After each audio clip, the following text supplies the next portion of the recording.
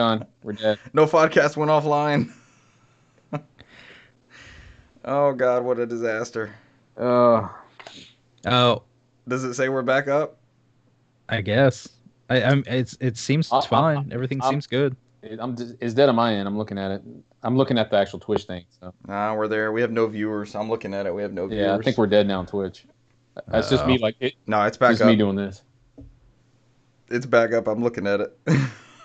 Maybe I have to jump out and jump back in because it's completely dead on my end. All right. Yeah, hit play again. I have to cut. I'll have to cut this audio out. We got 4 viewers back, so. All Yeah. right, sorry guys for the Welcome, technical extra issue there. person. We're fucking up on purpose. Give us hell in the comments. We were testing your fandom, so you made it. Give We us appreciate hell. I'm not building figurines right now. I'm totally not. it.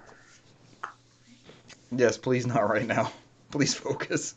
We need utmost focus. I gotta put the head. All right, that looks like a real basic figurine. It doesn't look like there's too Only much three involved. parts. It's only 3 parts. It's not your Sega Saturn Oh, that's true to form model or that whatever it thing's still in was. the fucking box, man. I legit did that one Soccer Wars because I love Soccer Wars, and that was taking me longer than to build fucking storage media cabinets. I'm like, I'm not doing this again. So I'm like, Oh, fuck those. I was like, no, and all I get is a figurine out. The figurine's cool and shit, but I don't know Fuck why. those storage media cabinets. Yeah. All right, also got the damn Xbox Series XS controller. Damn it. Cesar made me try one out. He was like, check out the D-pad. And I That's was good like, as fuck, man. I could resist this. D-pass. Nah, D-pass. that blue one was like $40, I think. The Sonic one. Yep, I had to get it. oh yeah. Damn it. I wound up picking up Iron Man VR, and I did wind up being able to get the media remote for PS5, but not the actual Nice. PS5. So, Your collection's growing. So you have a controller, a media remote, and and that's and I got the little adapter for the PS4 camera. So there we go. Your camera adapter came in. All right, everybody's got their camera adapters. We're all good. We're ready for 90 hertz Blood and Truth. oh yeah. At one point, it was delivered to my neighbor. He had it at one point, and then now it came to me eventually. So Decided to flip it to you. Same thing. How much did you buy it for from your neighbor? I don't know, man, because he had to deliver my copy of Final Fantasy IX for Switch yesterday. Because Why did your neighbor keep you on your well, stuff? because like I think I figured it out because my house is like it's like one number away from his, and the last number As is most different. neighbors' houses are. His is a 7, and mine is a 1. The last number. Oh, that does suck. His, I get that. His 7 is broken, so it looks like a 1. So I think the FedEx is like done deal, and it just throws the shit right there. And I'm like, all right, Yeah. I got there. It's close. it works. Hey, you ended up with your stuff. That's all that matters. I mean, right? And you got some neighbor time in. he's a good dude. I mean, he usually drops it over. He's Yeah. like, man, they deliver. It's like, my bad, dude. He's looking at me like, man, stop buying shit. I'm like, he's right. Don't judge me. Stop buying shit. I mean, it's legit. I felt kind of bad because it's, on the box it says Play Asia all over it. He's probably looking at this must be some kind of porno thing. It says Play Asia all over it. It's like, what does this have to do with anything? Some nude statue. He's like, I'm not even Google this because it's gonna be a strip porn site. It's not gonna be a gaming site. I'm sure I'm magically judged over there automatically. So I'm like, It's my neighbor says are playing with more Asias. yep, Play Asia. Here's your porn. I got judged. He brings up to my camera. Here's your porno stuff. Leave it in here. I don't even want to talk to you. Just leave it right here. It's hot. My hand's already on fire. Go find Jesus. Here's your shit. I got judged last night. I picked up food on the way home for the family. And I pull up to the window. I've already paid. I pull up to the window, and I'm like looking through the window. I got my mask on and everything. And she looks out at me. She's like, "Are you the one with the 40 nuggets?" And I'm looking back at her like, "Are you judging me for saying, am I waiting on 40 nuggets?" Yeah, hell yeah, those are my 40 nuggets. I got a house to feed. Put that shit We had a in good the laugh bag. about it. She was That's what I'm cool. like, put that shit in the bag. That or I need my 40 nuggets. you could have done what was it? Ace Ventura went that style. When you got any more of that gum? It's like, I appreciate you staying on my personal business. He was like doing that gum in the car. He didn't even explain it. He's like, I appreciate you staying on my personal business. That whole gum he did for the Finkel Einhorn. Yes. Finkel and Einhorn, or what it was. All right. Let's actually get around to news because that was some sort of Black Friday conversation. I don't even know what it was. Ended on Ace Ventura. We did it, guys. This comes from The Verge. The Verge and Megan Farrow-Kamanish. Thank you for picking this article, Brant. Neo, the world ends with you heading to PS4 and Nintendo Switch next summer. There was a countdown clock on the World Ends With You site. I think it was for the anime, right? They assumed it was for the anime. Right. That's what the countdown was assuming. It was a huge surprise. Uh, Yeah. Yep. So it's a new game. It's going to follow up the 2007 DS Classic, which was eventually ported to Switch. Few details about the game have been released as Rindo. Players will once again participate in the Reaper's game, which plays out through a series of missions that will determine whether the player is erased from existence itself. That feels like life today. A trailer released today teases a return to the series' colorful, fictionalized take on Shibuya, as well as a new cast. Which they stole from Persona 5, apparently. That somehow trended on Twitter, so... I did see that. I was like, all right, well, if people are talking about the world's ends with you, that's a good thing. I played a little bit of this on DS when it came out, but I didn't touch the recent remaster like I know Cesar did. Yeah, I'm a sucker for our RPGs. Are y'all looking forward to more TWUI? Sure. As the kids call it. Those young kids call it nowadays. Brand, are you ready for the world to end with you? I have yet to play the original. Not the twine, but the TWUI. The twine. The world's not enough. I used to see that all the time too. Twine and TWUI. 2 peas in a pod. All right, this is a good episode so far. Until we get to Brant's scalper group called Crep Chief Notify. It's like you just said, it's like a bad name title for a Banjo-Kazooie game. Twine and TWUI. It's like a bad. I can think of Banjo-Kazooie. That's it. I'm thinking it's the TWUI thing does it for me. What do they call like project names, like Project Cafe or something like that? Like it's just a bad. It ends up code being name, something like a bad code name. Yeah, a bad code name. That's it. UK-based group claims console profits put food on the table for its members. They resold over 3,500 PS5s and made. They charge a subscription for their thing. Oh, they don't say how much they made on them. $100 plus profit on each one. It says. Yeah, they're not bad scalpers. They're just mild scalpers. They're just like Robin Hood in it. You know? Just to put food on the table for extra 100 pounds, whatever that is. Isn't their currency like ours plus 1/2 or something like that? So $150. Yeah, it's be about 150. Yeah, $150 markup. If it was a euro, it would have been almost straight 1-for-1. But straight translation. But we saw how that happened and how it never happened. So the PS5 hype started back in October with the pre-order release. Members were informed to purchase on go. We were prepared, had our in-house monitors ready, and come the day, 1,000 consoles were secured. And you can see a giant wall via VGC_news on Twitter of PlayStation 5 digital and non-SAD editions with disk drives. Interesting. There's a shortage, and this is like some super organized thing. It sucks, but yeah, there it is. There's some weird stuff happening in UK because you saw the PS5 was the number 1 selling PlayStation console there. Yep. I think they outsold the PS4, which was high already. And then I was watching all those deep dive videos where people were sitting there recording Amazon drivers who drove up to their house and said it was delivered, and then got back in their van and just drove off. Like some dude actually went out in front of the driver's truck and was like, "Hey, you didn't deliver my shit. You put on there it's delivered, but it's not." He stood in front of the truck, was like videotaping the whole thing. Where is it? Arguing with it. Yeah, like dude, you're just here. Where to go? Yeah. Saw that, and I saw somebody else said they delivered it, and then they came back the next day, said they needed a signature or they were gonna get in trouble. And the guy's like, "Yeah, right. Get out of here. See ya." It's like you didn't deliver it. Yeah. Get in trouble. I saw a bunch of stuff about people getting Nerf guns. I don't know if we talked about that last time, but how is it a Nerf gun? Like they don't even weigh the same.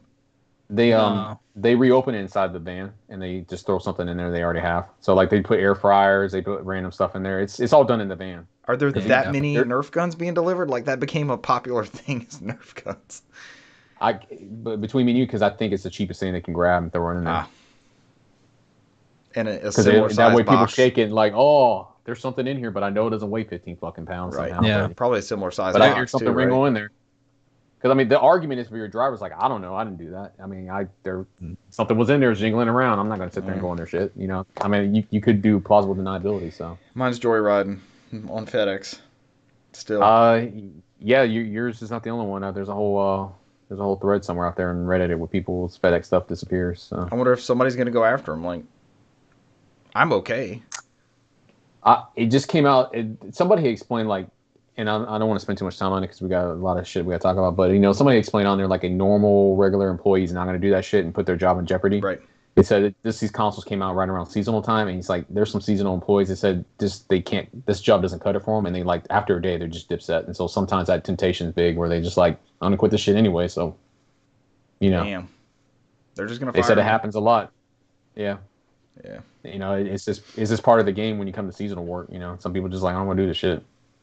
They said some people just don't make it past orientation. It says it's tough to do the driving things. You have to be built for it. So. Mad props to those people out there. They're definitely essential workers at this time. From the notebookcheck.com, the Xbox Series X and Series S can now run retro emulators through RetroArch. Arch? And performance is excellent. I can do this for you real quick. This is all based off the developer mode on the UWP, the Unified Windows Platform. You have to buy like a one-time fee to register your console as a developer mode. The only drawback to it is that you can't run any games off there. Once you're in developer mode, you pop a disc in there, it won't read the disc. Yeah. But you're able to toggle it on and off. So you could jump in and out of that pool if you want. But it's something it's like a $20 fee to even do developer mode. Okay. It's a one-time fee, and it's something they're trying to implement to have people who do game development or development of applications or whatever to get in the pool a little bit easier. Is this a carryover? Y'all jog my memory. I remember them saying like every Xbox One was a developer unit. Is this that same concept? Yep. Okay. Yeah. Except somebody's like Brand put the story in there, and like you said, it's from the notebookcheck.net, and it's just impressive at how quickly they're able to get emulators running on there. So I mean, they already had GameCube on there. I think PS2 is already running on there with no issues. The PS2 shit looked clean. They had like God of War 2 playing on there. I was like, oh my god, it looks good. That's still in early development. They're working more on that PS2 emulator. Yeah. Yeah, that's the Sega Saturn, and Dreamcast, and they said I think the only one that they're running into issues is the 64 one, but it seems like all that Well, it's like it's all that overpowered specs on there versus a Raspberry Pi. I'm sure they'll eventually at some point become an emulation machine, and whether or not Microsoft's going to do something about it.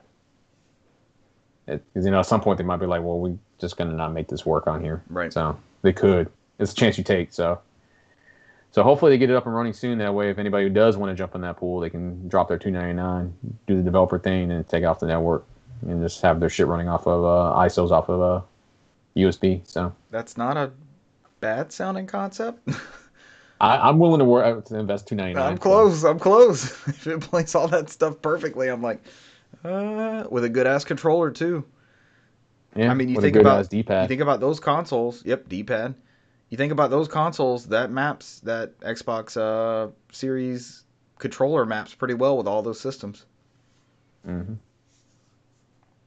I saw God of War 2 and what was the other one? It was Modern Vintage Gamer, and I don't watch a lot of his stuff. It was Silent Hill 2 was another one floating around. Silent Hill 2 people were playing on there with the actual fog and all that. Oh yeah, that's the one that a lot of people cared about because that original's lost. So. And the remaster looked like butt specifically with the fog rendering and things like that. Remaster is worse on 360. Play that and then play that on PS3 is a big difference.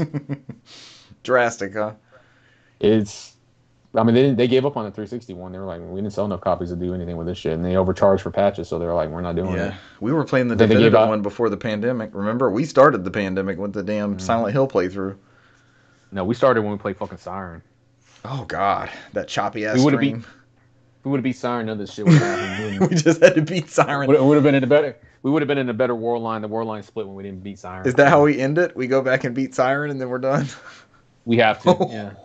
Can we switch to the PS3 one, or we're only playing the PS2 Siren? And it has to be the exact same setup we have on there, and to known fashion, it's like something's gonna happen where we have to play in an area where we can highly get in trouble, infected or something like that. It's gonna be some like random place where like one of us is gonna get taken down. It's either gonna be me and you, and since I'm the minority out of the group, it's probably gonna be me. No. Oh, and we have to start playing it at the house we were playing it at, which I don't even own anymore. We have to go back there. Shut up! Get out the room. Let us finish the fight. That room's purple now. Well, we have to paint it back. We have to paint it back. You know it's purple? And I've seen it. She showed me a picture. Oh my gosh. It is dark purple. Okay. Doing it to it, right? Hey man, it's her space, right? Mm-hmm. Yep. Go to town.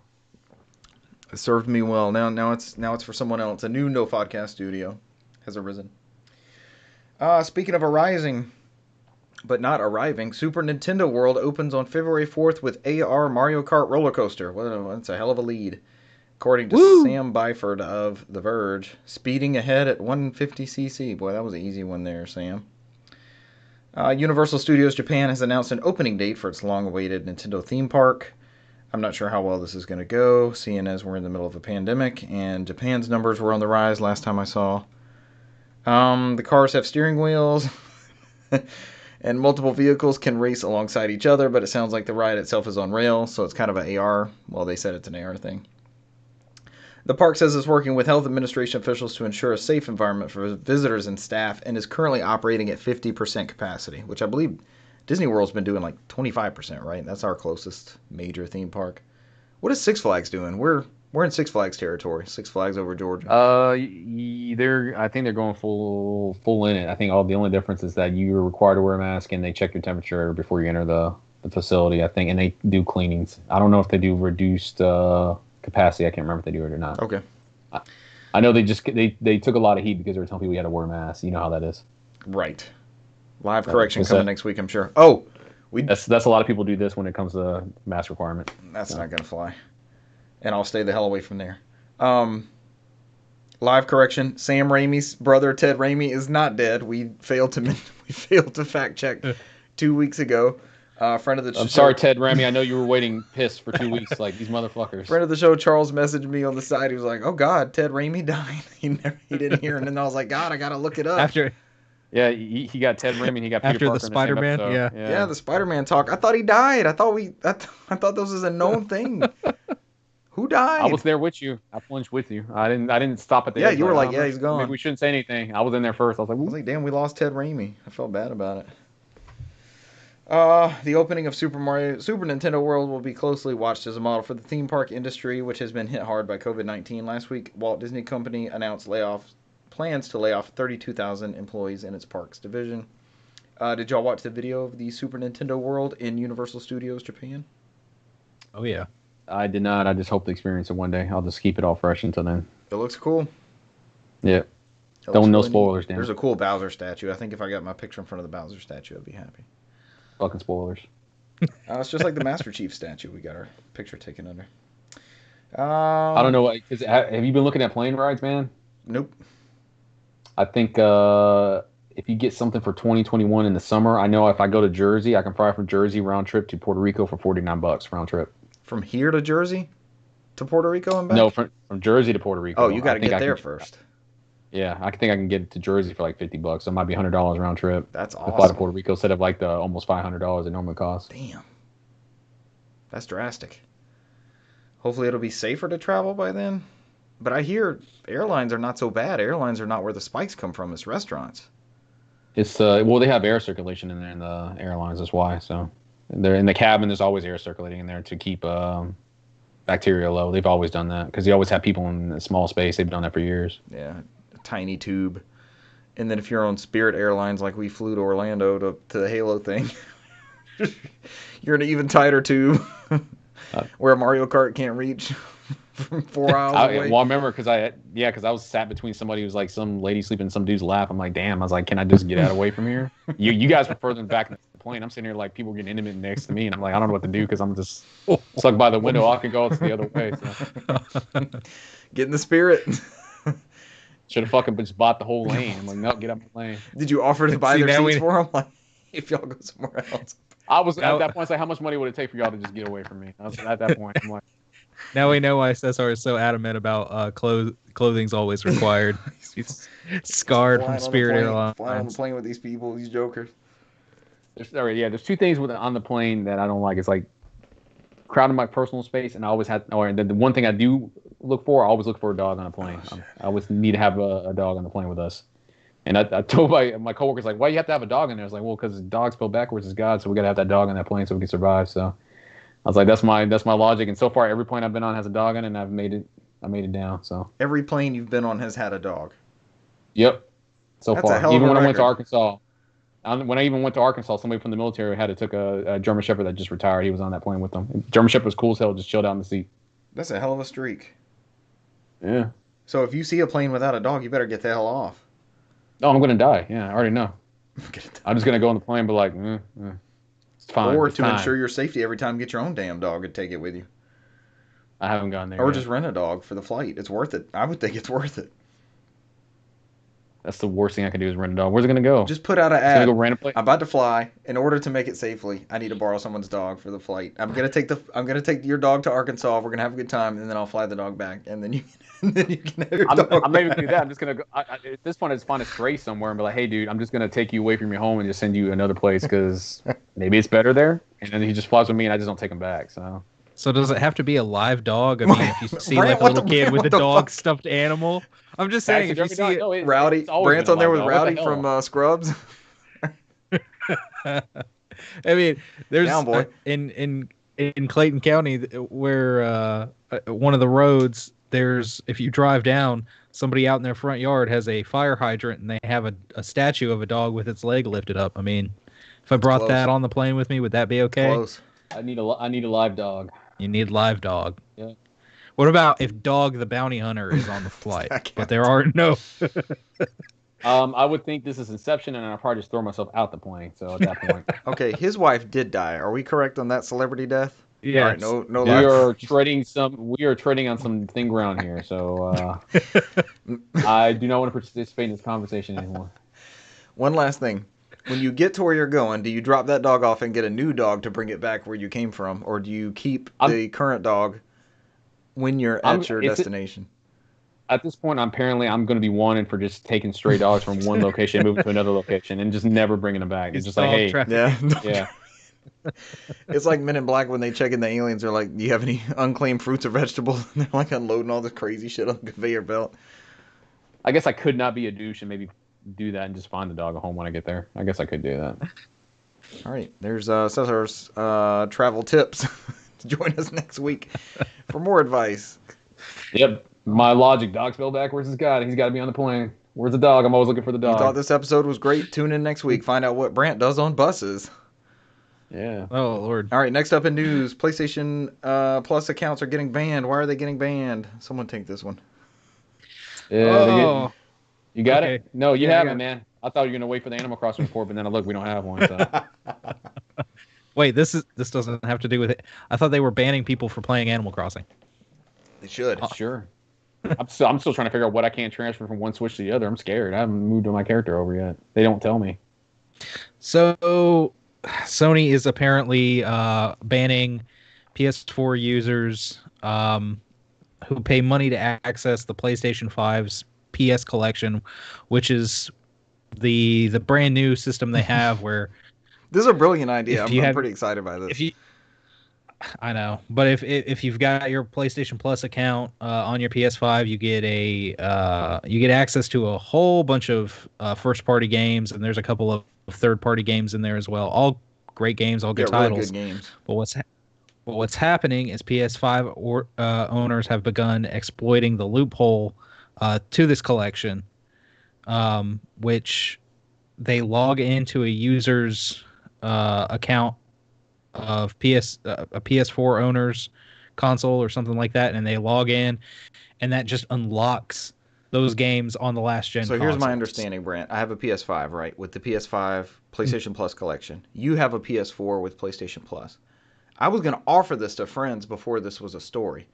If you sign in over, I'm not going to sell you a pass or whatever, which is what these people are getting in trouble for. You can sign in over here, and that will give you God of War, Final Fantasy 15, all those games. It'll give you all those games to download on your PS4 back home, which I don't think... They just pop in your library. Yeah, they'll just be in your library, which I don't think is a bad thing. Is that against the rules? No, the selling of and from what I've seen, it seems like if you were to do this for maybe like one friend, two friends or something, you may not get in trouble. But it's these people that are selling this as a service, and it seems like if there are PS5s where multiple accounts are being logged into in a single day daily, it seems to be that they're like soft banning those PS4 accounts, but they might even be perma banning the PS5s. that are doing this. Yeah, they are soft banning PS4. They're permanent banning PS5, but so far they've only done it in China, confirmed, right? I haven't heard it in any other region. I'm looking to see if it says on here, but I think it's correct that it was. They just warn people, it's like, hey, it's happening in China. It may happen elsewhere. Just be careful. I know it started from there. So I think the only two people that I would, and Brent, you might end up with a PS5 before too long, so I don't know if that's a gamble. But I was going to offer that to you. I was going to offer it to my brother because I don't know that he's getting a PS5 anytime soon, but it would be nice for him to have those digital licenses. He's a PlayStation Plus customer. Could he not do that? Outside of having this conversation out there where we can have a record of it, but outside of that, I mean, you better off of doing it with your brother, because you can do the argument like, hey, we got the same last name. How do you know we're not, coexisting in two different places? You know what I mean? Versus Brent, where you can have. Well, I guess you could argue Brent like, hey, this is my coworker, but it'd be easier to do it for a family member than it would be a coworker if something did happen. Yeah. Be like, hey, I mean, it doesn't matter. Say I come over to Richard's, which of course right now probably not happening with COVID, but I bring my own controller, being safe. Yeah, we sit down, we play some Astro Play or Astro's Playroom. Yeah. I know you have a controller. Try it out. Astro's Playroom. As soon as you hook up a new controller, usually it wants you to sign in, or if you're already signed in as the owner and you link another controller, usually it wants the other person to sign in if they have an account. So now if we're both playing, now I gotta know. If we're playing together and I've signed in on your PS5, does that mean those games are just going to show up on my PS4? So there's a way now on the PS5, and I did this with Renee's PS5. When I log in there, you can log in as a guest with my PSN account, and as soon as I log out, it deletes every trace of my account from that console, because it lets me know like, hey, once you turn off this console, whatever you did on this thing, even your save data, is gone. So I mean, there is a guest login that you can log in with your PSN account. I need you to do that on my PS4 under your account with your nudie. Yeah, that's what I'm saying. Remember all that bullshit? Because I pulled everything I own in your system. You're like, what the fuck's all this shit showing up in my system? Library? It's like, that's just me logging. My library was like 8,000 games. I'm just trying to download Ratchet and Clank. I'm like trying to get a Ratchet and Clank, and my PS4 is freezing, trying to get down to the R's. I'm really curious to see if this will work. I think I'll go with friend of the show Russell first, and then wait a week or two. Brand, if you still don't have one by then, we can give it a shot. I'm gonna keep trying. This is all theoretical, right? There's no way we're recording this and putting this out on the internet, right? This is all theoretical. Who's gonna hear this? Who's gonna hear this from that legal standpoint if this is anything wrong? I think he has a right to those titles. I think it's funny that you beg for a DMCA for Halo music, but you're gonna get a banned PS5 that never touches the network ever again. And I'll frame that letter from Sony. It'll be right here on every episode. You got to frame that console because you got to buy another one. It's a perma ban. Damn. No, I don't. I think the biggest problem they have is with individuals selling these profiting off something that, Sony technically they should be making money from the subscription, and then allowing you access to these games. It's somebody purposely doing an actual loophole. They'll see a London-based PS5 PlayStation Plus owner. I'm sorry, logging into a Hong Kong console. That's a red flag, right? Brant, a friend and coworker, logging into my PS5 is not a red flag, I would think. No? Probably not.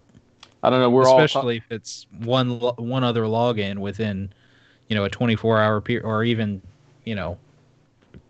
2 weeks, 3 weeks, 4-week period. You're not going to have a bunch of people logging in to that single system, multiple accounts. We're literally theoretically looking at possibilities for something that doesn't have any legit rules and trying to guess like how far can I get before I get my hand slapped. It's not my game that I will play because it's like yeah, I'm not really feeling it either. I want to share. I want everybody to have access to that, but I don't want to be the example on that either. One too. Yeah. Cesar's right. I mean, we had that whole story a couple weeks ago. Plate Station 5. They had to change their name, and then they just said, you know what? Fuck it. We're out. We don't want to deal with Sony's legal teams. All of this mumbo jumbo. We can't make heads or tails of it. It's just easier to not do anything at all. Which I got a feeling they probably put the pressure on them because I think this is something that Sony would probably end up doing at some point, selling as accessories. They just can't do it right now because they're trying to meet demand. Yeah. So you just nip the problem now before you have a company take them to court and they can make arguments like, well, we did it for 2 years and now they finally care. That's always a precedent they always try to set. So. All right, we probably won't be doing this then. We won't be coming on in 2 weeks saying, "Hey guys, remember that potential system banning thing? It happened to us. Don't do it." It's not happening to me. I know. Let's not let that be us. It'd be Richard. Like I can't play any digital copy of anything ever again. All I can do is put disc in my console, and I cannot update it. I'm stuck on whatever the original version is because no network services are banned. That's it. So. I get the original copy of everything, whatever's on there. You'll never play Cyberpunk on that PS5 with all the patches they'll need. The day one patch is like 25 gigs. No, it's 56. It's 56 gigs. I mean, every broken game you get and put in that console will be unplayable. I mean, it's pretty much an unplayable console at that point. All right, what's our hype level on Cyberpunk before we go to the next story? I even forgot it's coming out in 8 days. That's my highlight. Yeah. Keep forgetting until somebody whines about it on Twitter about the same. It may get pushed back a game. I don't know. And the next gen ones are going to be. We'll see when it comes out. Yeah, I'm going to wait for that native next gen copy because they'll have fixed everything up to that point. It's going to be so many. Yeah, it's going to be so many changes in that thing. I even canceled my Immortal Phoenix Rising thing. I was like, I'll wait, and I'm glad I did because some people said that game is kind of need some patches. Seems to be hit and miss, right? Yeah. Some people love it, and some people like. Speaking of next gen, Cesar, our Godfall that we were talking about, that might be free to play or like $10 pretty soon. We might be playing some PS5 co-op. That thing is dropping, man. I don't see that happening. I mean, that thing is only exclusive for 6 months, so it's gonna drop, dude. They're gonna try to save it and then get the crossplay, and then after that, if it doesn't save it, and when it hits crossplay for consoles, then they'll let it drop. It was nowhere on MPD. It's nowhere on Twitch. It has no presence anywhere. If that game wasn't going to come out for Xbox, I would. You would think so. Like, okay, but that game's come out for Xbox, and they're not going to sit there and put like $10 on PS5, right. And then a full $60 game for Xbox. You're just killing the Xbox version at that point. I don't know. They did that. They did that with Splinter Cell back in the day. I know I got Splinter Cell for Xbox for like $5, and it was still $20+ minimum on PS2 and GameCube. I don't know, but the PS3 version of Splinter Cell was butthole, so there's that too. The remaster? Not the remaster, the one that it was soft. Because most of those are 360 exclusive, and then we got one on PC. Blacklist? I think it's Blacklist, yeah. The actual one that came on PS3 before they were like, we're going to stop releasing the PS3 ones because that was the last one. There was a Double Agent was probably the first PS3 one. I think that was a launch title. I was revisiting some launch titles earlier in my launch fervor, trying to think of Astro's Playroom is obviously the best of the bunch as far as launch titles go. Xbox really didn't have a great launch title. There's nothing exclusive there. Yeah, it was 120 frames per second loss. Cesar is a very niche. It's not like PlayStation's pack-in. It's not like Super Mario Brothers. It's not like Metroid Prime Hunters. First Hunt demo edition. Mine was also 120 frames per second Halo, where I died so many times playing with you guys. So that was also my exclusive game. All right, let's go on to the next story. We've only got 3 left. Saga Frontier is getting a remaster. Summer 2021. This is a very exciting announcement. I'm going to let you guys elaborate real quick. Sure. Yeah, so this is just based off the remasters they've been doing for the Saga series since the Romancing Saga 1, 2, and 3 has got remastered for the consoles. This one's coming out in summer. This is a remaster of the game that came out on PlayStation. This is coming on PC, PS4, Switch, Xbox. And this also has some additional features that were cut from the original game. So I think there's a new character and additional ending in there, if I remember correctly. I think one of my favorite endings was have you ever played this game, Saga Frontier?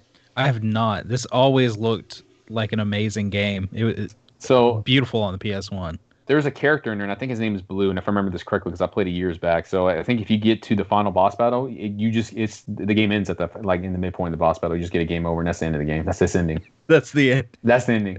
That's it. Oh shit! I just still remember. I still distinctly remember to this day. I was like, hopefully they leave that intact where it just ends in the middle of the boss battle and says game over. And it's like you don't even die. That's the ending.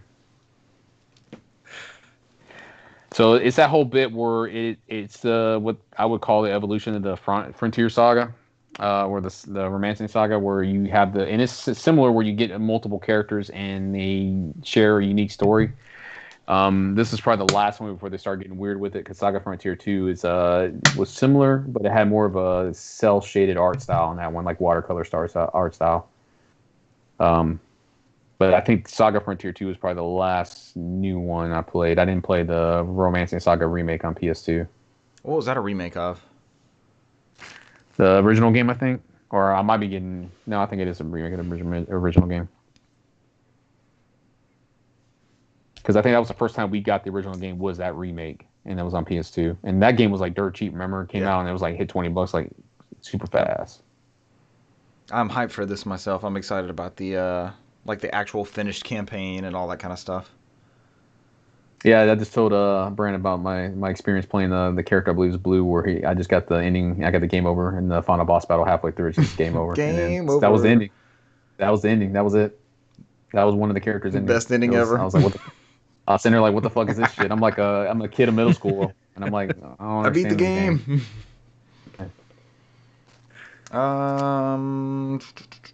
Coming out on last two stories, Switch, PS4, and stuff. Oh yeah, we hit all that, man.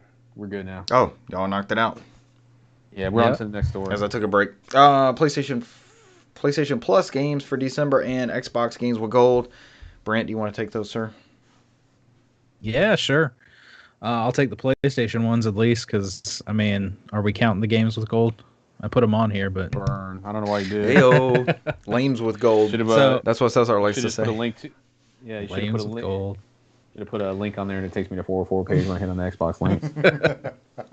So, page not found. Starting December 1st, which was a few days ago, for PS4 and PS5, your games are Worms Rumble, Rocket Arena, and Just Cause 4. More Worms is always good. Just Cause is always. I have a Worms game coming for PSP as no we one speak. Ever. Yeah, nobody Worms, says, man. Worms is not Worms good. is great. You Worms to the doctor, is you awesome. take pills for that? Nah. Worms is My awesome. cat had worms when we got him. Out. Yeah. Want no worms? Worms is not good. Fuck worms. Yeah, that's just fucking unnecessary medical bills. Madness. Rocket League or Rocket Arena. That's that like 3v3 thing that came out a few months ago, right? It's like a weird poor man's version of Quake 3 Arenas. Yeah. Rockets only. It's just a game where you just play rockets only. Which we enjoy on Halo. So. I wouldn't mind giving this a shot with the three of us. We talked about playing that, didn't we? We talked about it and then never came to. I mean, now we'll all have a free copy. So it was my proposed one where we played on all different consoles. That's one it. on Xbox, one on PS4, one on PC. It. Yeah. I think I have one of each at some point. They went free of one of each somehow. I think I got on every console. Yep. So we could cross-play. I think I have a physical one that I bought for like $4.99 or something like that at one point when they went to Best Buy for Rocket Arena. I think it's physical $5 everywhere, or 10 now maybe at the highest. Maybe they're just trying to get people back into it. I mean, you need a community for that. I mean, that's a strictly online game. I mean, we should be applauding them for not even shutting it down by now. And watch this be the next big thing that takes off. It looked good from what I saw. I just didn't get around to playing it. Yeah. And then continuing to the Xbox games with gold. December 1st through the 31st, you will have The Raven Remastered. That's it. Cool. Available. Just Cause and Rocket Arena? I thought we got something else. Yeah. Ugh. Okay, go on. Oh, the other one. Yeah, we got Just Cause, Quattro, and then what was the Worms. PS5 game? That's it. Worms was the PS5 game. We just missed Just Cause. Yeah. Good job, Brand. We skipped over the game. It didn't matter. I said Just Cause 4. It didn't matter enough. We didn't pay. Went straight to Rocket Arena. Y'all just weren't even. Yeah. We were stuck on Rocket League, Rocket Arena. we just totally ignored Just Cause 4. PS5, we got Bugsnax. Even though Brant said it. Bugsnax. Yeah, Bugsnax last Bugsnax. month. I was hoping Bugsnax? I was hoping we'd get something a little better. We get Destruction Derby next year. That's true. Yeah. That's true. Raven Remastered. Let's see. What was next? Raven Remastered. Yeah, I'm sorry, Brant. We totally derailed your conversation, even though you mentioned Just Cause Quattro. It's all right. Bleed 2, December 16th through January 15th. Do we have to have played the first Bleed? It does follow the story. The main character does experience a lot in the first game. You don't know their true motivation in Bleed 2 unless you go through Bleed 1. Rambo First Bleed. So. You heard it here first. Play Yep. Bleed. Bleed What is first. the first Bleed playable? First Blood. Does anybody? Everything ever Seriously? made. It's on cell phones, on iOS? Switch, it's on PS4, it's on Xbox. Yeah. Oh god, I typed in Bleed into Google. You do not know what comes up after that. Holy shit, these are disturbing results. There's some disturbing people out there. It's like, when I need to type in Bleed, this is the image we need to show. Put this on the top of our search engine. We don't need to talk about like seemingly innocent things we've typed into Google and then bad Google searches We'll add coming Bleed up. to the list. All right, the first Bleed is an action-oriented platform video game developed by Canadian indie studio Boot Disc Revolution. It was originally released by Xbox Live Indie Games on December 12th, 2012. Later ported to Windows OS X, Steam, Switch, blah, blah, blah. Bleed 2 came out March 8th, 2018. So, yep, so I was right. It's playable and everything. And it looks like one of those indie games. And Brant's got the 360 games left. I think that's what he's working on. Yep. We have Saints Row, Gat Out of Hell, available December 1st through the 15th. It's a Saints Row game. It's, GTA with just absolutely off-the-wall nonsense. You wanted to say dildos. Dildo bats. Yeah, dildos. Go ahead, let's go. Dildo bats. It's smashing people over GTA the head with dildo, a giant dildo. Yeah. Good times. And then the last one available December 16th through the 31st is Stacking, which I did not look up what that is. It's like a platformer that uses like those marionette dolls, and Stacking, it's made by Double Fine. Oh, it's a Double Fine game. It's a good game, actually. It's a very good game. Is that the best of the bunch? My personal opinion. Stacking? I'm about to say probably is. I know Michael was a fan of that Raven game. Yeah, he might argue for Raven since it's made in that line of like that Sherlock Holmes-esque type games or action adventure, click point like Siberia and all those type things. So. Oh, Siberia! Remember we tried to play this? No, the original Xbox one. I can never get to 2 and 3 because I can't get past 1. We didn't even get past the first part of 1. We were like, "Fuck this game." I heard it takes off when he gets to 2 and 3. It's just that's why they never fucking port 1 and everything because it's like it's butthole. Just like Bleed. Nobody ever wants to play. Is Bleed Siberia 1. on the Switch? Siberia on the Switch? Yeah, it's like $3 right now. You can get both of them. No, I mean the first. Yes. One. It's like $3. I just saw the only it one today. I can't get is the only one I can't get is what fucking Dreamfall, right? That's the one that's on locked on original The Xbox. Longest Journey. Yeah. I do have this if you're really making a pass at it. No, I'm just saying. I know I know you have it. I'm just saying the sequels on next gen consoles they never ported over the Is original. Siberia on sale on Switch? I was curious. Did you look? Yeah, they you are. were looking it up. They're $3 a piece. They were like, I have the physical ones. I bought the micro ones. I was a dumb bastard to spend like $30 for the physical copy. There you go. I had a prop for games played. Let me go grab it. So yeah, it's. I think it's 360. Blah blah blah. Nah. Oh, So mark this time down for his prop. Awkward silence. dead air. Talk amongst yourselves. Everybody talk amongst yourselves. Dead silence. I'm just gonna go on my phone. Yeah, it's $3. $3. Nintendo did have some crazy Black Friday sales, and I know a lot of stuff is still on sale. So that's definitely something to look into if you've got a Nintendo Switch. A lot of games are on sale. Where are those? What are those? What are those Nintendo Switches? What do you call them? The games? No, I'm just saying the console. I'm being the devil's advocate. What are those? What are those? Oh, he's back. Talk amongst yourselves. What'd I miss? Yeah. We literally did that, and we had no talking. So whatever time you were gone, you might want to. Oh no. Is it notate really to dead cut. air? It was dead A air. little Yeah. Oh God. All right, so I had to go get my prop. Are we kicking off games played? I'll know the games played starts after the gap.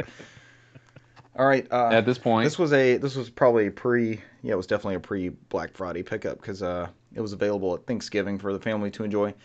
This little contraption has taken over the household. Oh. Everyone is playing this. Brant, were you able to secure one? I've seen them everywhere, but my interest level went from like I gotta have this to maybe I'll pick up This one. thing is dope. This thing is really, really cool.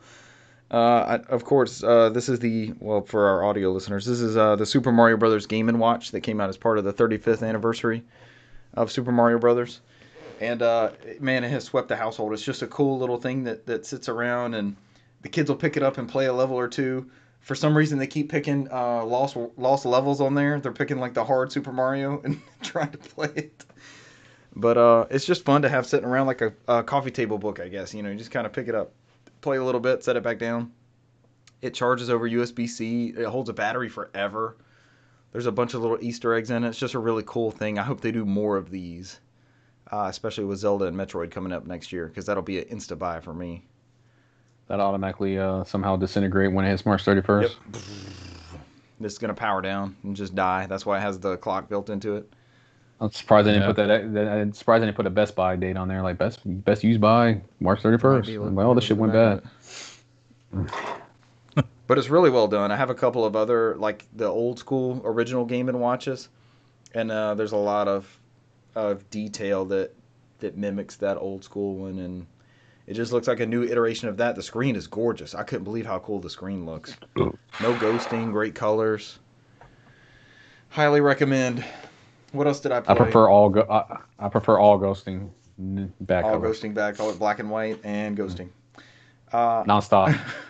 Over Thanksgiving, Cesar and I got in 2 rounds of NFL Blitz 2000, our all-time favorite sports game. Gloriously got in there. Somehow we left with a winning record. 2 That never immaculate happens. games. We haven't played Blitz together in almost a year, probably 9 months. Yeah. We clinically played Blitz. We were like pro style out there. It wasn't even close. No crazy fumbles, no. We would get the on fire mode and keep it for a while, and they never came back and got crazy interceptions on us or anything.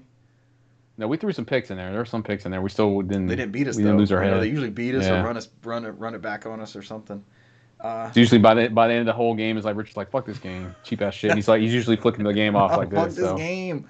that's usually how it turns out. He's flicking the game off at the end of it. So. We have one on YouTube where we famously lose at the very end. It's just classic Blitz. I was like, God damn it. Oh, but this didn't happen to us. We played 2 awesome rounds.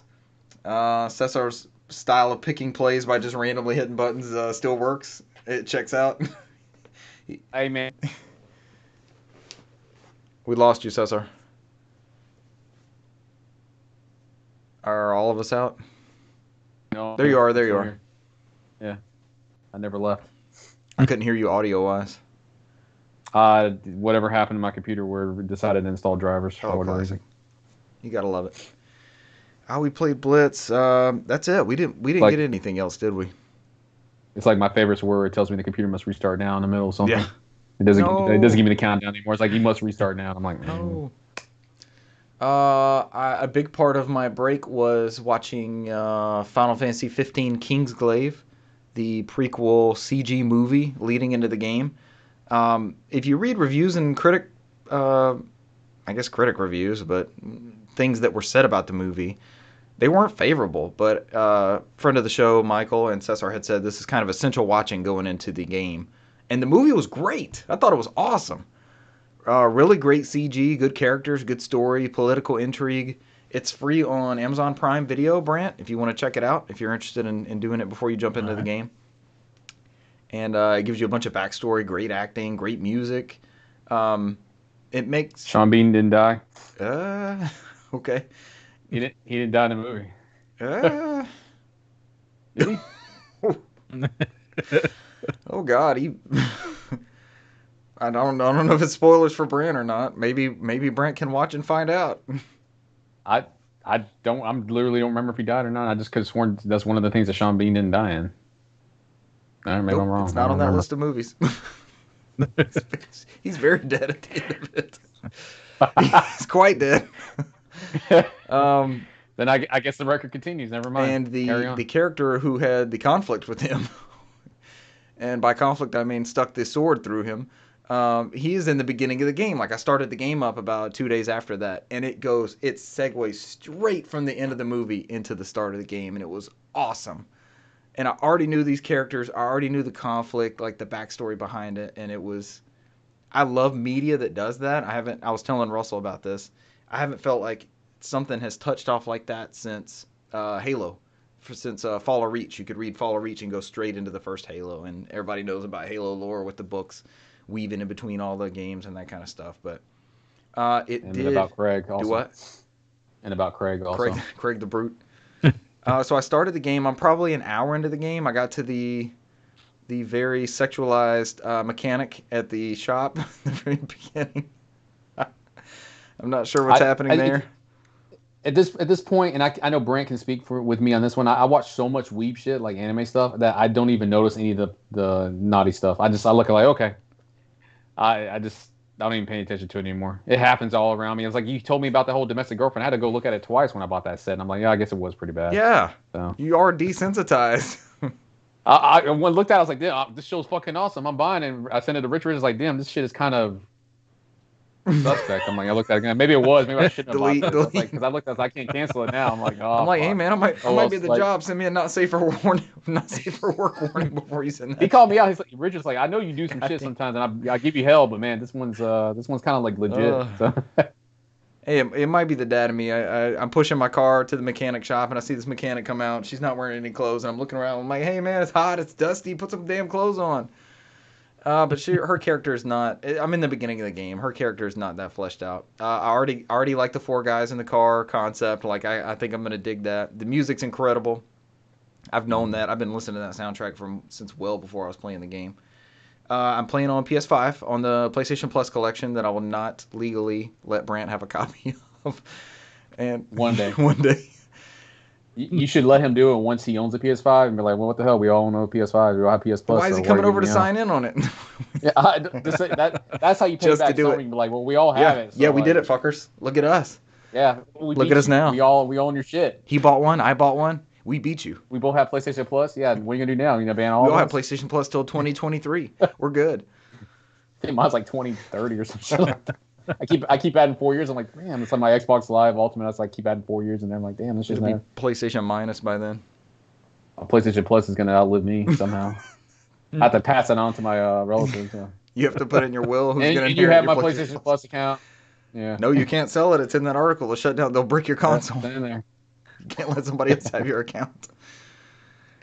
So that's Final Fantasy 15. Highly recommend. There's a bunch of settings options in it because it's the Ultimate Edition. So I was able to like adjust HDR.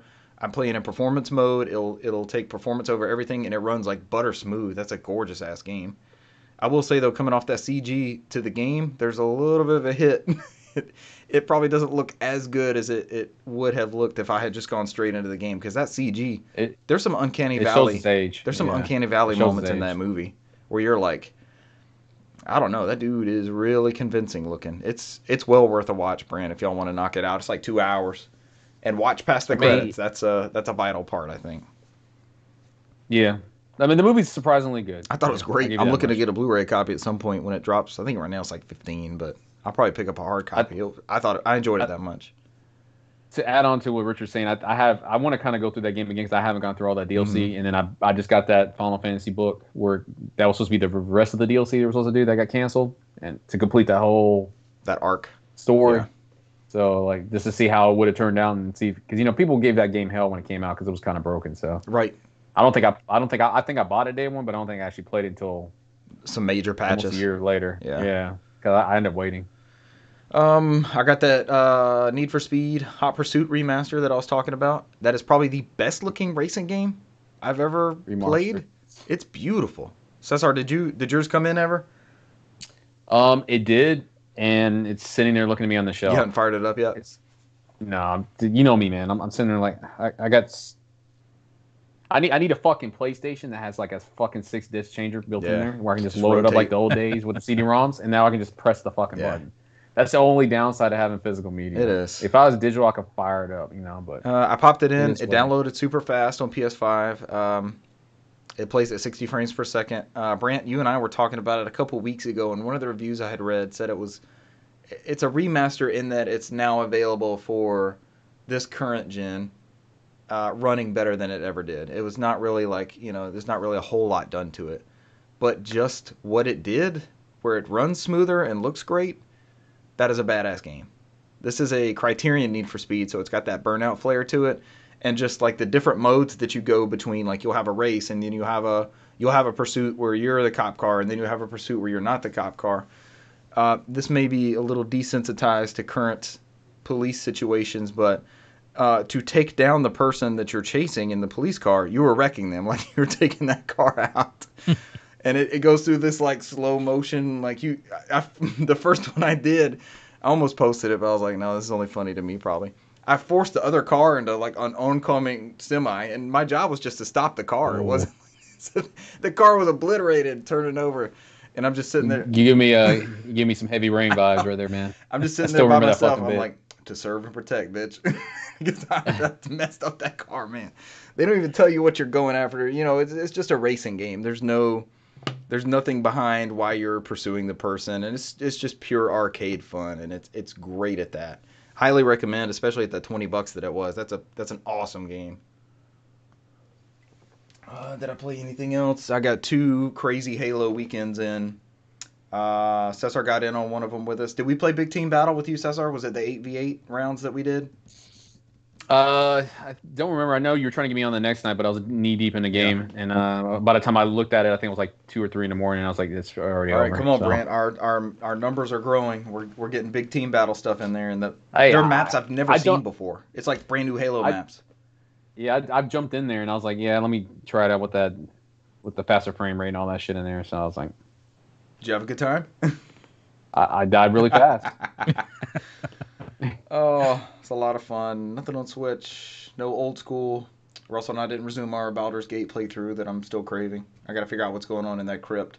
There's like an orb down there that's corrupting people. We got to find out what's happening. Should have got him bought the next house over, and you can just throw over the LAN cable. That too. Move in. Because Xbox Live is not good enough. I've turned my kids onto the PSP big time somehow. They're playing a lot of Burnout on PSP because I'm on this racing kick for some reason. I guess Need for Speed started it off, but they're playing a lot of Burnout, and they're playing a lot of oh man, what was that they were on? It was a download game. Brain fart. Talk amongst yourselves.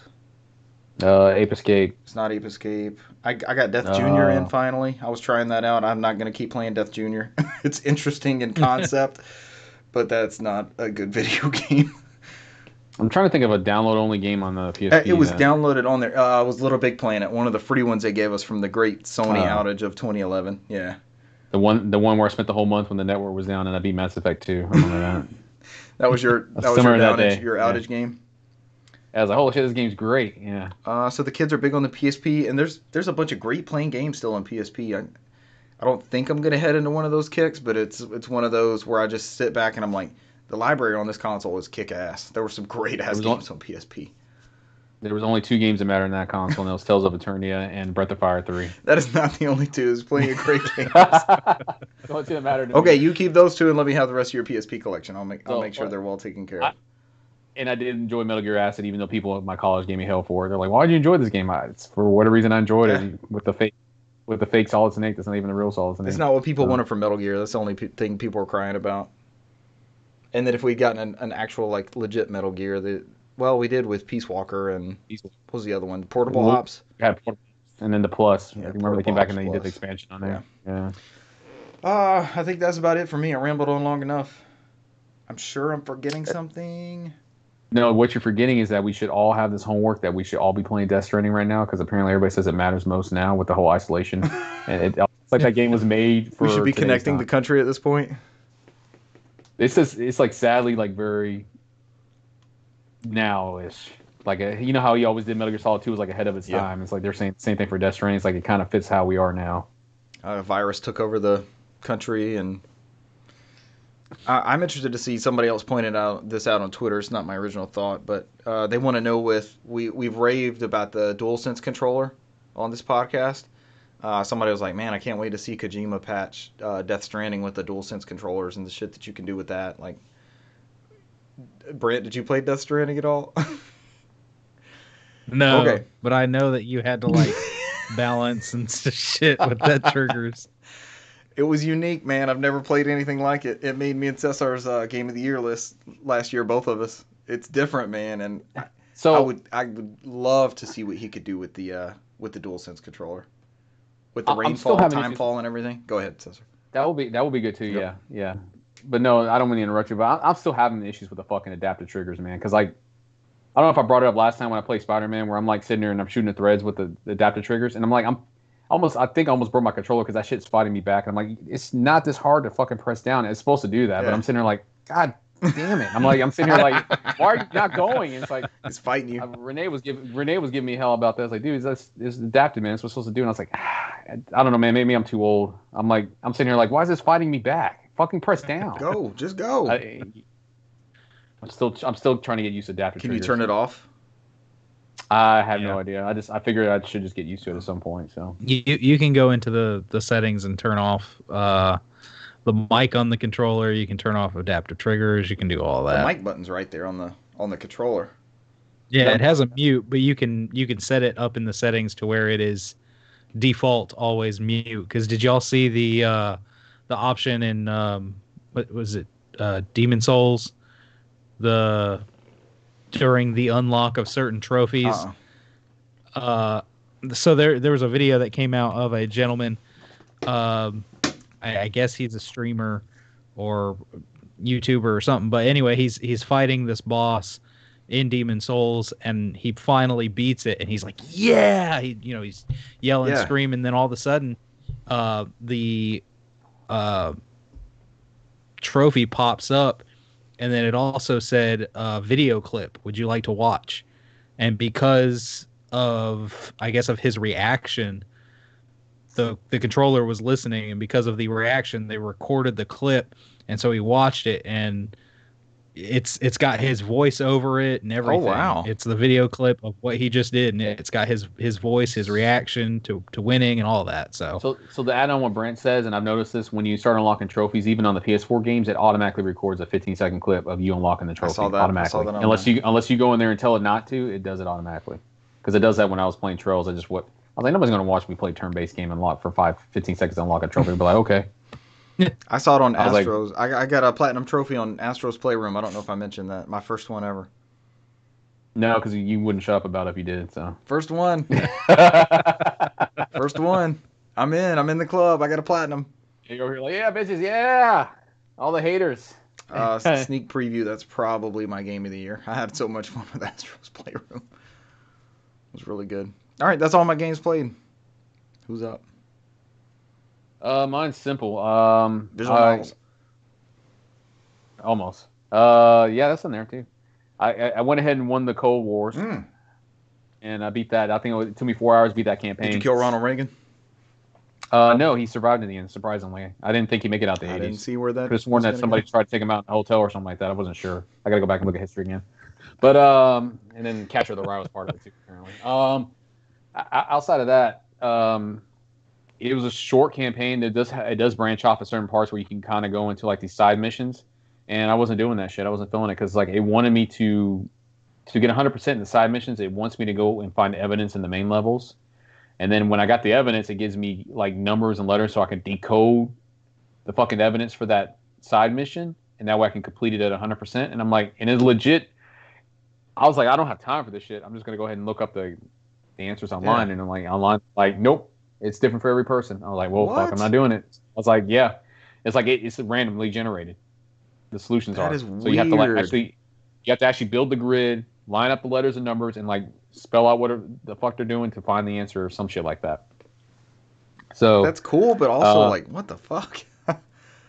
I mean, the story was not that interesting enough for me to do that. Let's put it that way. If I was like digging it, and I'll be like, all right, that's cool. And I thought the story was okay. I just think they were onto something, but it needed a little bit more growth in there. Like a little, it's like there's no when I played through it, unless there's something different. If I go through the side missions, there was no final boss.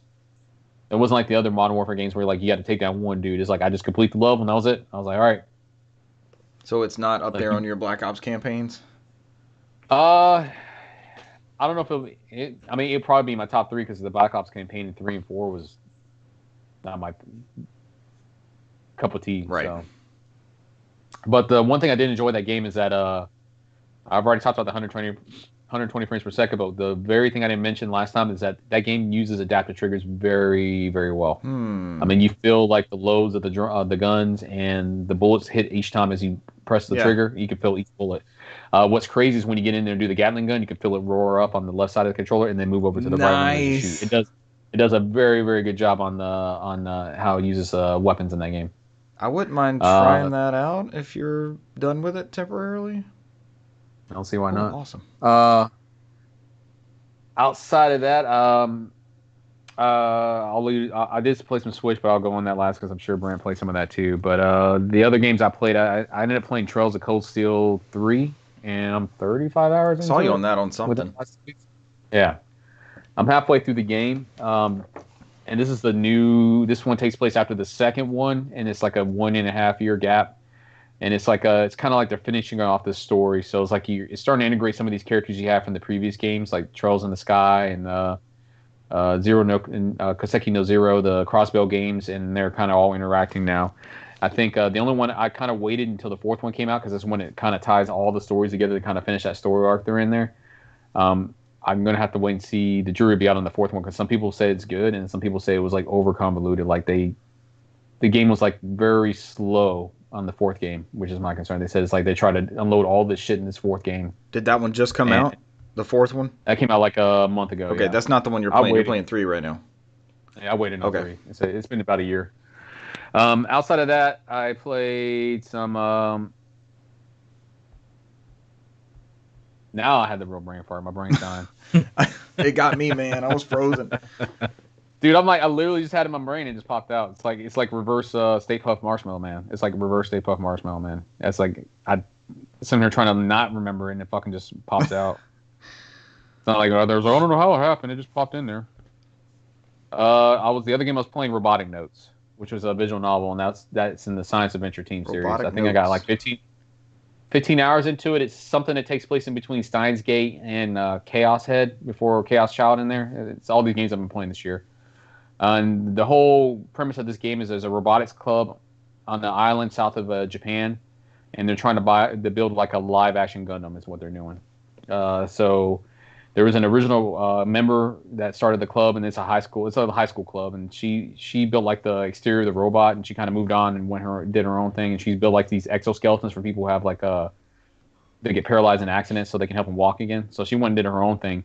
So she, like her younger sister, is like kind of taking up the reins and is trying to build these live action Gundam-sized robots to compete in the competition. So that's how the story starts out. I'm not sure how it goes in there, but in the fashion of all those Science Adventure teams, like in the Chaos Head, Chaos Child, and Steins Gate, there's always one entity that's always trying to get in the way with it. They call it the Committee of 300, and they're in there trying to do their influence in there somehow. I haven't gotten that far into it yet.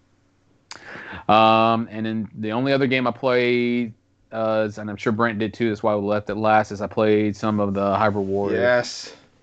You're going to lose the battle. Yeah. What was your quote when they announced this? I don't remember what it was. It was like, they're all going to die. It was something bad. It was like, it's going to go in badly. So I won't go too much detail in the story because I know at some point you probably play, Richard. Oh, yeah. This one seems to be definitely is a Musou game, like Brant has said when he played the demo. I didn't play the demo. In the story, there's a lot more story in this game than there was in the original Breath of the Wild, in my opinion. But that's probably the game design. This one's kind of like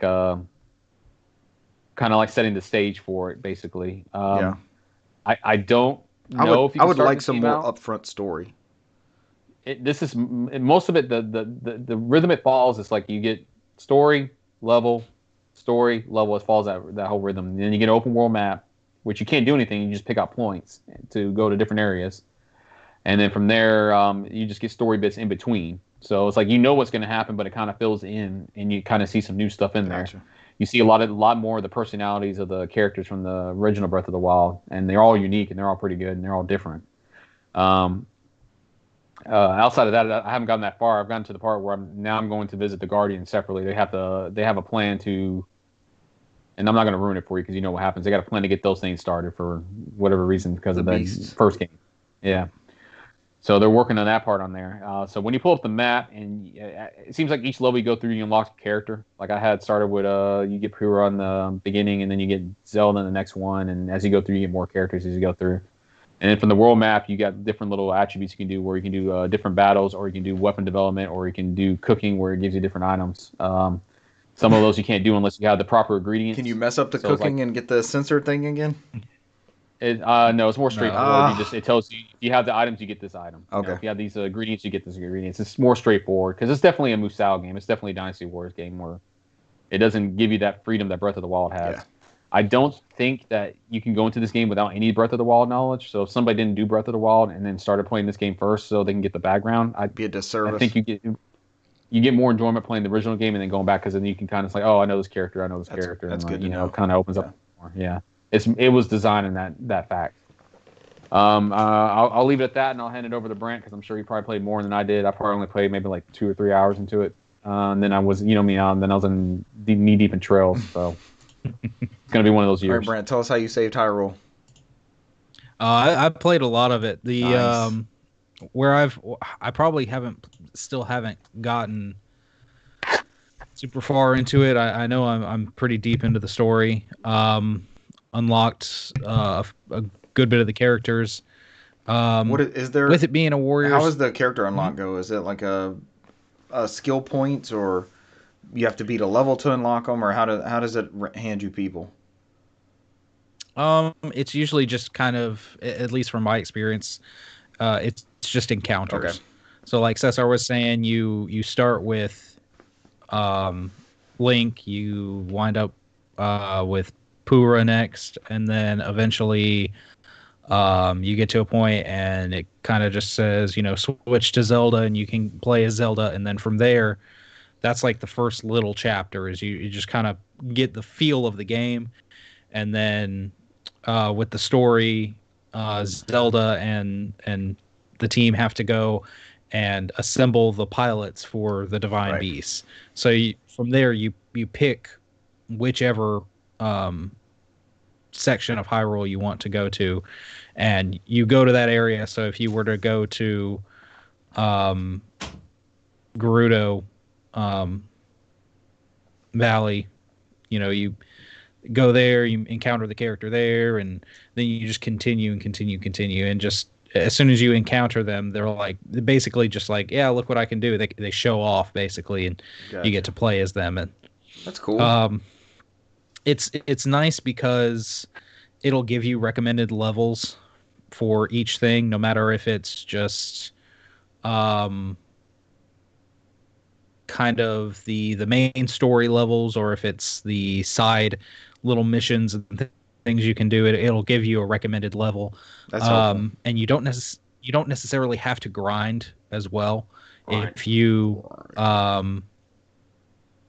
are doing these missions and gathering rupees, there is a training area, and you just go there and you click whichever character and you bump them up however many levels you want. And as long as you have the amount of money you need, you can upgrade them and have them up to level. But with that, there's also different points on the map, like Cesar was saying, where kind of like with the cooking, you'll have the different icons for the different characters, and it will have different items that you gather throughout playing the game, and you need certain items to basically level up your characters. So aside from just the regular leveling system, you may unlock an extra combo extender here. You may unlock more hearts, doing this one over here. As long as you have those items, you can click on, and it goes da da da da da da, and it gives you tells you whatever that unlocked for that character. That's cool.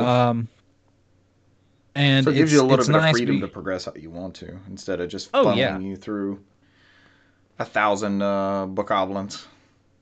Yeah. There's probably still 1,000 And bokoblins. that is there's millions easily. Yeah.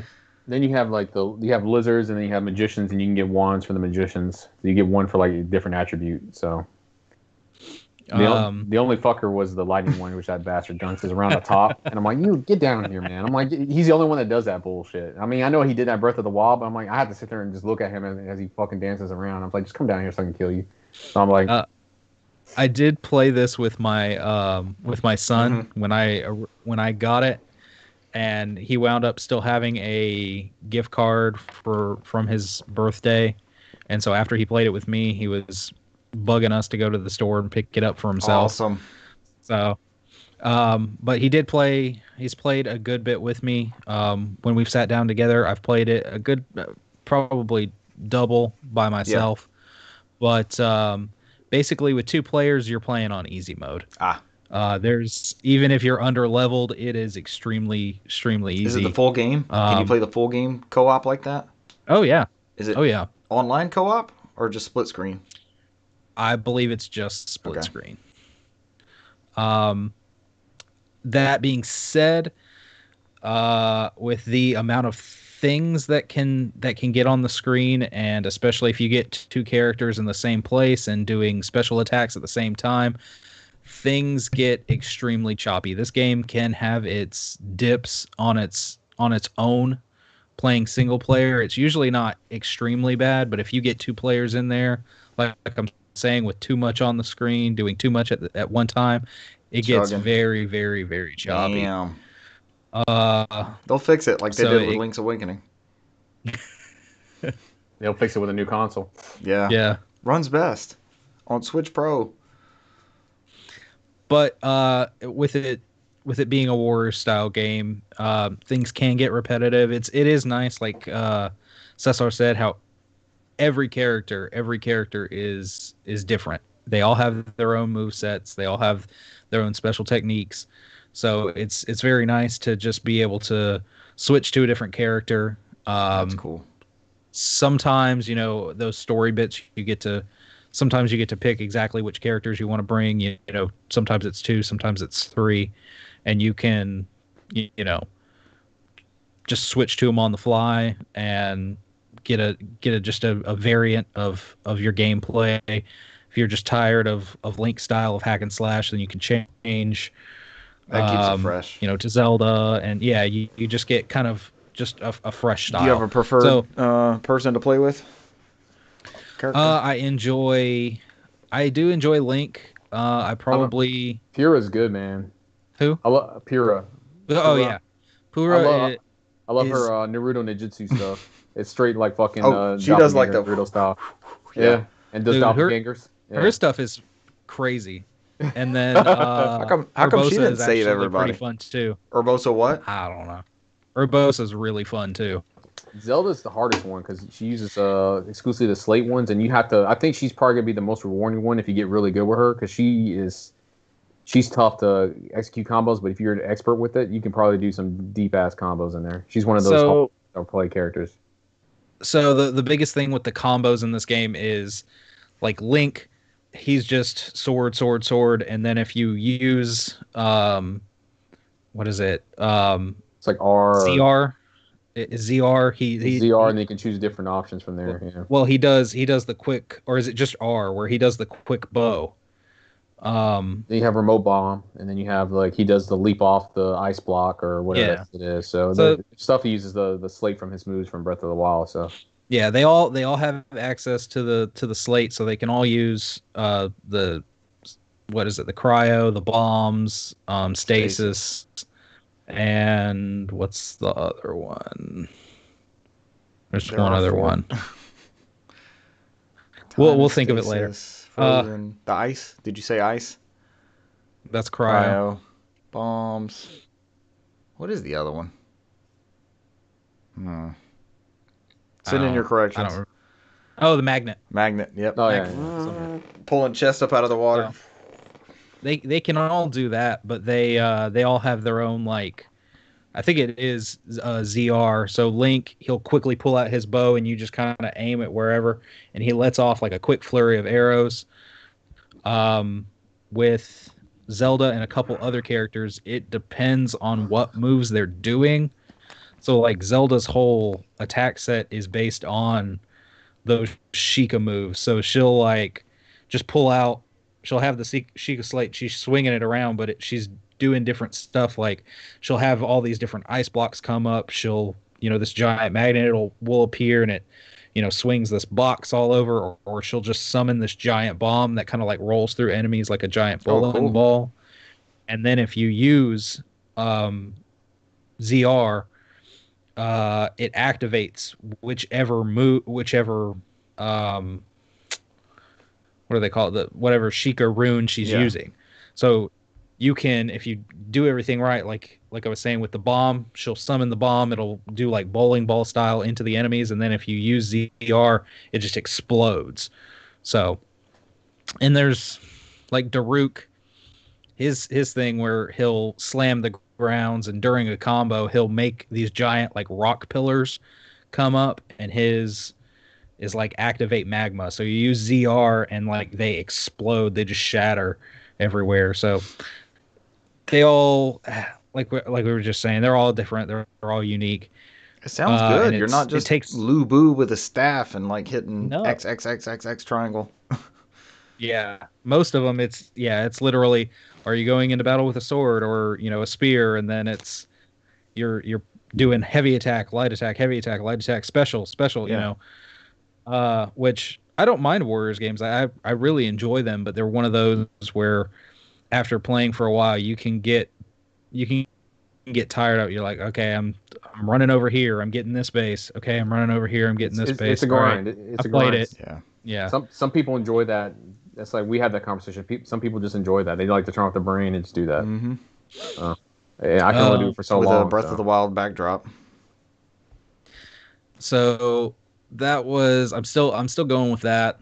It's probably going to be a minute because there is a good bit of content to that game. I picked up a really weird game on Thanksgiving on the Switch called Fight of Animals. What the hell is that?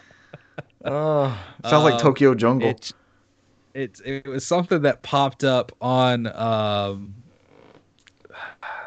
think Wario64 had put it up on one of the deals, and it was like $6.99. I was able to use my Nintendo points. It's a weird ass game. Fight of Animals. So Fight of Animals. It is basically just it is this weird kind of memed animal games. So it has like Doggo. I see the dog. It's got Doggo. It's got like, what is it? Buff Fox. It's got a this looks stupid as hell. Gorilla Crow. It's Crowrilla. It's got Long Cat. It's got all these like weird ass animals, and it is just like a straight up, almost like Street Fighter or Mortal Kombat style fighting game. It is so. Oh, shit. It was definitely worth just spending some of my Nintendo points on. And even at the like $6.99, I probably would have spent that on it too, because it was one of those things we were just. As soon as my kids saw, he's like, "What are you downloading? What is that?" He was starting to laugh hard, so we sat down and played that for a while. Man, you should stream this. Holy hell! And that's one of those where you could sit down like with a friends, like a small group of friends, just have a small tournament and see who wins the Fight of the Animals. Fight of Animals. The cell shading looks great. It looks good on the Switch. Yeah, I mean, it actually looks good. It plays decent. Muscle Beluga. I figured. Muscle Beluga.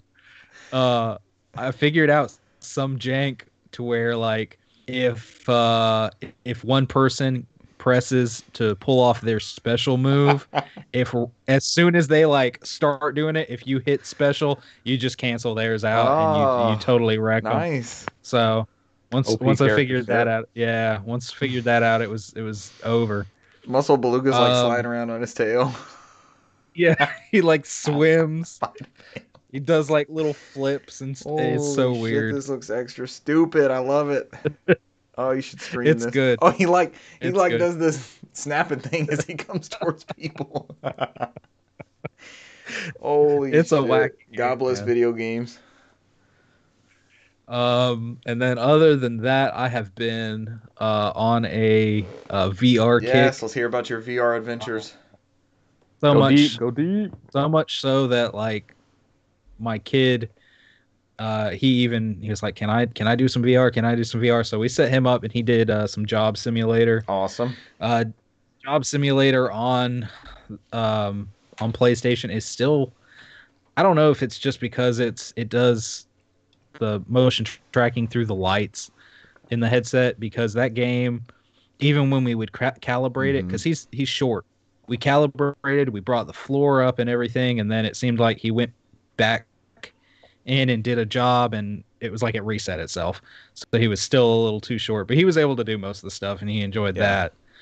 But what really got me into it is, since we kept talking about Astrobot Yes. over and over, I went ahead, I found Astrobot's rescue mission and played through the entire game. That is such a damn You good played game. through all of man. it? Played through all Holy of it. shit. Played through all of it. And I remember, I think it was last year, Cesar talked about going through this game and talked about how good it was.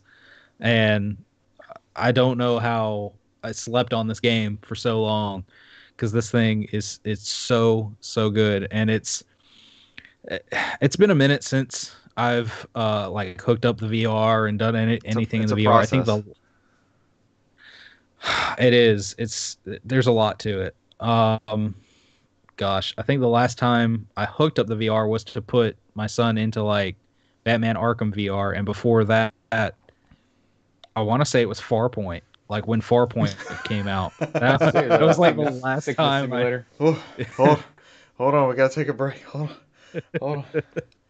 I didn't have any problems with Farpoint. Farpoint was good. It was already Shit. Resident Evil 7. Resident I Evil was 7 sick. I was sick for 3 hours after Resident Evil I'm 7. laughing at Oh. Cesar, but I was After right 3 behind hours. him on Farpoint. I was like, all right, man, you take a break. I think I You just weak son about of a bitch. That's why he's over here. He's like, you weak son of a bitch. Shit was rough, man. Oh, and I was worried about it because I usually don't get motion sick with stuff, and then our most recent trip down to Florida to see the mouse. I don't know what it was. It was like every single ride or attraction getting old, bitch. that had to do with like putting a screen in front of my face and where it was like motion and stuff, dude. I would just go down. I would feel horrible afterward. I'm like, no Star Tours for I never you. had motion sickness. Yeah, even Star Tours like got me a little bit. I'm like, this is years ago when we came Time here. marches on, Brent. Time rode stops for it no like one. 5 times back to back to back, and I had no problems. So I was a little worried when I popped the VR on, and I think was my fear. And why we all fear it. We all fear it. So, but Astrobot, it really didn't bother me at all. It's more of like a panorama view, though, right? You're not really. Yeah. You're just kind of in the experience.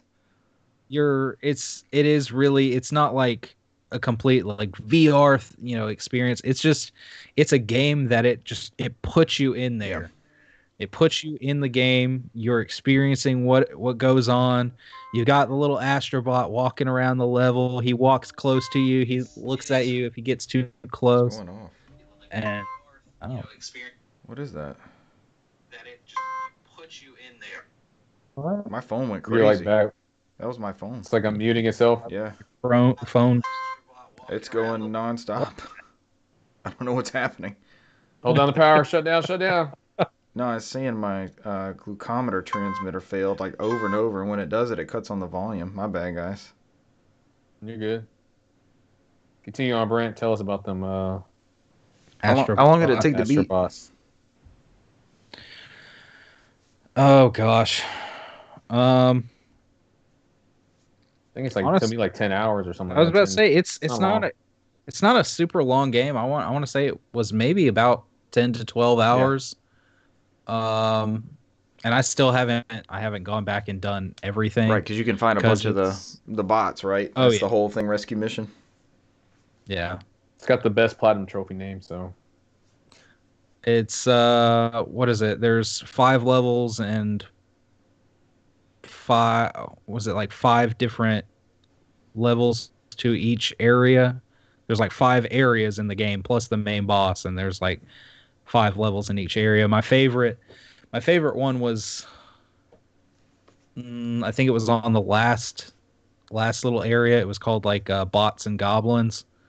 It was kind of like graveyard Halloween themed, and you themed, had medieval. yeah, yeah, and that was That's good. cool. But it's so much fun to see Astrobot there and be able to guide him, and and you actually interact with things too. There are certain like enemies or certain things you have to like lean in and headbutt, and just how everything is it's so intuitive just being in that That's world. awesome. And you're looking for these little robots, you can hear Oh, them, I gotta play this help game. me, help me, and you're looking around trying to find the Yeah, guy. And it's such an experience. And then you beat all 4 of the levels, and then you get to the fifth one, and you go through these just completely unique boss battles that it's one of a it has to kind. be experienced. They are they are all so good. It's all so yeah, good. yeah. And you have your evolution of the minecart carnage. Like Can Kurt you sit in one of those Courage. and fly through? Oh gosh, that level. That one's not that bad. I can't. I died a couple of times just because I would mistime a jump, or I'd miss one of the bots. Like I'd be moving over and trying to jump and get the one of the little bots, and just I'd miss him, and I'm like, okay, well I'm gonna die and Start redo that over. section Yeah, to make sure I get him. Um, but yeah, it's a great game. Uh, Probably one of the best VR experiences, VR games that I've had. that's what I Um, hear. and Did you then try out I want to say Rogue Squadron. Did you try out Star Wars Squadrons in VR? I did. Did you like it? Oh, not It really. got you sick? It's it did make me a little motion sick. I could bear with it. Really, the biggest thing that would get me is sometimes being around the briefing table, and you can use the stick to move your view Uh, around. And if doing that with moving my view without actually moving my head, the way it pans like really screwed me right. up. And then sometimes in the ship, um how sensitive the stick was, and you could easily go in and start tilting or rolling if you aren't properly pressing your stick up. If you've got it at an angle, your Yeah. view starts to go diagonal. Not something you want to lose And that control of in VR. no, See, did you ever play it outside of VR? I did. Okay, because I felt like I had way better control inside VR. It felt way more intuitive to me. To me, it felt about the same. The weird thing was I would have weird, um, like Astrobot looked amazing. Hmm. Um, in VR with Star Wars Squadron, I would go from the cutscene looking really good, and then I'd get into the level, and then I'd start. There goes your glucose. That's weird. It's not doing it all the time either. Sorry, guys. Yeah, is But what it's it cutting on is. my volume. I've never seen that before. It's like overriding my silent mode.